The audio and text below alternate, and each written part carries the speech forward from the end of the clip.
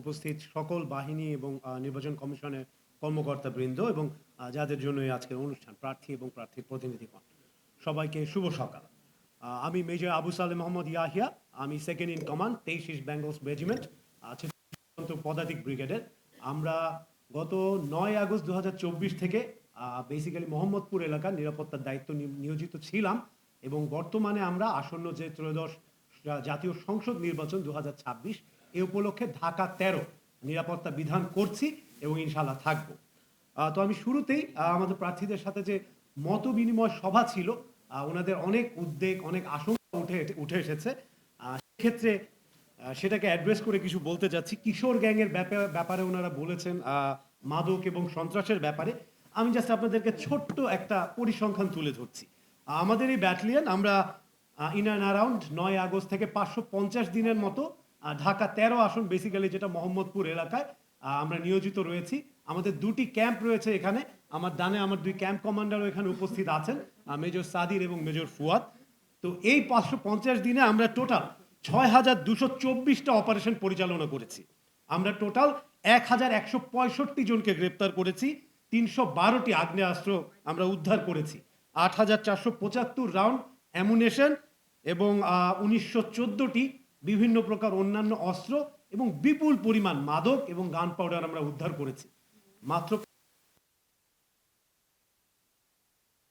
এই পরিসংখ্যানটা ব্র্যাক করার জন্য না, আপনাদেরকে আস্থা ফিরিয়ে আনার জন্য আমাদের যা সাধ্য আছে কিংবা আমরা সাধ্যের উপরে যেও মোহাম্মদপুর এবং বিশেষত ঢাকা 13 যেন নিরাপত্তা পরিস্থিতি বজায় রাখে সেটার জন্য কাজ করেছি এবং এই সাফল্য আমাদের একার না।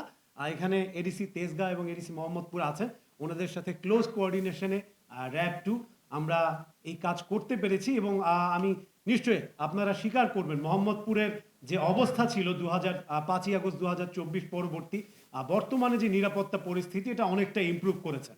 আমি কি ঠিক বলছি? তো ইনশাল্লাহ এই প্রতিশ্রুতি আপনাদের থাকবে, আমাদের এই যে প্রচেষ্টা অব্যাহত থাকবে। আসন্ন নির্বাচন উপলক্ষে ঢাকা 13 আসনে নির্বাচনী বিধিমালা বিস্তারিতভাবে রিটার্নিং অফিসার মহোদয়ের পক্ষ থেকে বর্ণনা করা হয়েছে। সেই অনুযায়ী যাতে কাজ হয় এবং সুষ্ঠু, সুন্দর, শান্তিপূর্ণ একটি অবাধ নিরপেক্ষ নির্বাচন যাতে আমরা অনুষ্ঠান করতে পারি, সেক্ষেত্রে যা যা করণীয় আছে বিধি মোতাবেক আমরা সেটা করে থাকব। আর শেষ পর্যায়ে একটা কথাই বলতে চাই, এই যে সুষ্ঠু নির্বাচন, যে শান্তিপূর্ণ পরিবেশ বজায় রাখা, এটা শুধুমাত্র নিরাপত্তা বাহিনী কিংবা নির্বাচন কমিশনের কর্মকর্তাদের দায়িত্ব না। আমরা যারা প্রার্থী আছি, আমরাই জনগণের প্রতিনিধি হিসেবে প্রার্থী হিসেবে দাঁড়িয়েছি, আমাদেরও কিছু দায়িত্ব বর্তায় রাষ্ট্রের প্রতি এবং জনগণের প্রতি। আমরা যদি নির্বাচনী বিধিমালা মেনে চলি, সহনশীল হই এবং একে অন্যের প্রতি যে পারস্পরিক শ্রদ্ধা সেটা বজায় রাখি, আমরা আশা করি জনগণের যে প্রত্যাশা রয়েছে সে প্রত্যাশা আমরা পূরণ করতে সক্ষম হব।